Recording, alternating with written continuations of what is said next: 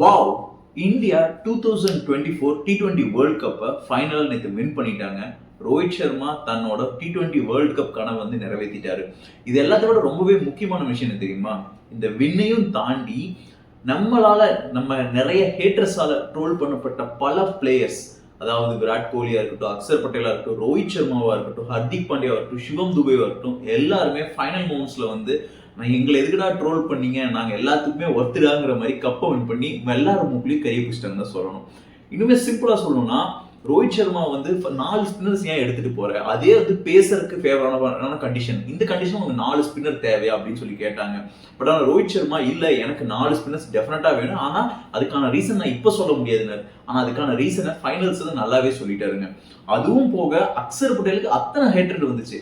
அக்சர் பட்டேல் ஒரு பிளேயர்னு ஒன்று எடுத்துட்டு போறீங்க, அதான் லெஃப்ட் ஹேண்டர்ஸ் தான் ரவீந்திர ஜடேஜா இருக்கிறாரு, அவரை பேட்டிங்கும் பண்ணுவார், பவுலிங்கும் பண்ணுவார். ஆனா ரவீந்திர ஜடேஜாவை காட்டிலும் அக்சர் பட்டேல் ஃபைனல்ல விளையாண்ட ஒரே ஒரு இன்னிங்ஸ் போதுங்க, 47 ரன், ஒரு 35 பால்ல 47 ரன் அடிக்கிறது வந்து ஒரு சாதாரணமான விஷயம் கிடையாது. அதுவும் இல்லாம ஒரு பார்ட் டைம் பேட்ஸ்மேன் தான், வந்து வெளுவெளுன்னு வெளுத்தாரு, 4 சிக்ஸஸ் அடிச்சாரு.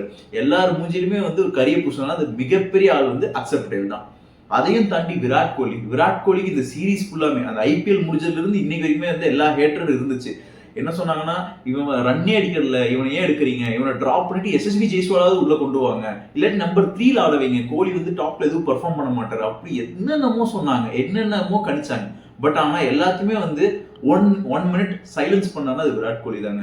சிம்பிளா சொல்லணும்னா 59 பாலுக்கு 76 ரன், அதுலயும் கடைசி அந்த 6 பால்ல தான் இந்த 20 ரனுக்கு மேல ஸ்கோர் பண்ணி இருந்திருக்காரு. அதுக்கு முன்னாடி வரைக்குமே கொஞ்சம் மெதுமெதுவா தான் ஆடினார். 49 பாலுக்கு 50 அந்த மாதிரி தான் வந்தார். ஆனா கடைசி 6 to 7 பால்ஸ்ல 20-25 ரன்ஸ் கொண்டு வந்துட்டாரு. இதுதான் ஒரு கிளாஸியான பிளேயருக்கும் நார்மலான பிளேயருக்கும் இருக்கிற ஒரு சின்ன டிஃபரன்ஸ்.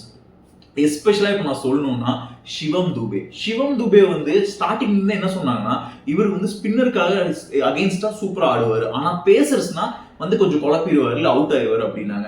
அதே மாதிரி நிறைய ஃபர்ஸ்ட்ல நடந்துச்சு. பட் ஆனா ஃபைனல்ஸ்ல நீங்க நினைக்கிற எல்லா அசம்ஷனுமே தப்புடான்னு சொல்ற மாதிரி ஸ்பின்னரை மட்டும் இல்லைங்க, ஃபாஸ்ட் பவுலருக்கு எதிராக சிக்ஸஸ் அடிச்சு எல்லாரும் முக்கியமா எடுத்திருக்காரு சிவம் துபே. அது மட்டும் இல்லாம விராட் கோலியோட சேர்ந்து 106ல உள்ள வந்தாரு, 166 வரைக்கும், கிட்டத்தட்ட 60 ரன். விராட் கோலியோட 50 ரன் பார்ட்னர்ஷிப், அப்புறம் அடுத்து வந்த பேட்ஸ்மேன் ஹர்திக் பாண்டியாவோட ஒரு 10 இந்த மாதிரி சம்திங் பண்ணி கிட்டத்தட்ட 60 ரன் வரைக்குமே அந்த எடுத்துட்டு போற குரூஷியல் மூமெண்ட்ஸ்ல இருந்திருக்கிறாரு சிவம் துபே.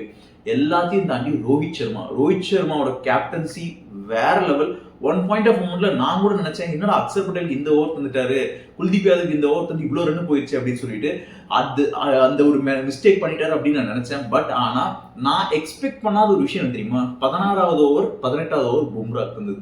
16வது ஓவர் தந்தது கூட ஓகே, ஒரு இடத்துல கண்ட்ரோல் பண்ற கொடுத்தாருன்னு ஒத்துக்கலாம். 18வது ஓவர் தந்தது நான் என்ன நினைச்சேன்னா, பேசாம 19வது ஓவர் தந்தது வந்து சூப்பரா இருந்திருக்கும், ஏன்னா அந்த டைம் கண்ட்ரோல் பண்ணிட்டு கடைசி வந்து இவன் போடலாம்.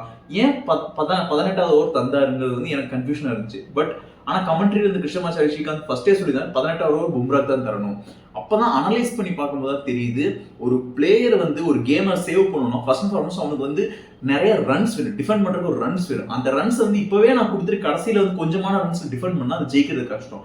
ஆனா இப்ப நான் வந்து கண்டெயின் பண்ணி ரன்ஸை வந்து நிறைய வச்சிருந்தேன்னா அந்த ரன்ஸ் வந்து ஆப்போனன்ட் மேல நிறைய ப்ரெஷர் போடும். எக்ஸலண்டா யோசிச்சு ரோஹித் சர்மா ரொம்பவே ஸ்கில்ஃபுல்லா அந்த டாக்டிக்ஸ் யூஸ் பண்ணிருக்காரு. 18வது ஓவர் பும்ரா இருந்ததுதான் மேட்ச் டர்னிங் பாயிண்ட் நான் சொல்லுவேன். எல்லாத்தையுமே தாண்டி ரோஹித் சர்மா வந்து அந்த 2023 ஒரு 6 மாசம் முன்னாடி நடந்த இந்த ODI வேர்ல்டு கப்ல வந்து எல்லாருமே சொன்னாங்க, ஃபைனல்ஸ் போய் தோத்துட்டீங்க, கண்டினியூஸா இந்தியன் டீம் ஜெயிக்கும், ஆனா ஃபைனல்ஸ் செமிஃபைனல்ஸ் வந்து தோத்துருவாங்க இப்படின்னு சொல்லி நிறைய பேர் சொல்லியிருந்தாங்க. பட் ஆனா கண்டினியூஸா எல்லா லீக் மேட்சும் ஜெயிச்சு, நாக் அவுட் மேட்சும் ஜெயிச்சு, ஃபைனல்ஸும் ஜெயிப்போம்னு சொல்லி இந்த T20 வேர்ல்டு கப்ல ப்ரூவ் பண்ணிருக்காங்க. ப்ரூவ் பண்ணது மட்டும் இல்லாம அடுத்து வர யங்ஸ்டர்ஸ்க்கு வழி விடணுங்கிறதுக்காக ரோஹித் சர்மா, விராட் கோலி T20 ஃபார்மட்ல இருந்து ரிட்டையரும் ஆயிருக்காங்க. இட்ஸ் எப்படி சொல்றது, ஒரு awesome moment for all the Indian cricket fans. நீங்க இவங்களோட டெசிஷன்ஸ் பத்தில என்ன நீங்க சொல்லி கீழே கமெண்ட் பண்ணுங்க.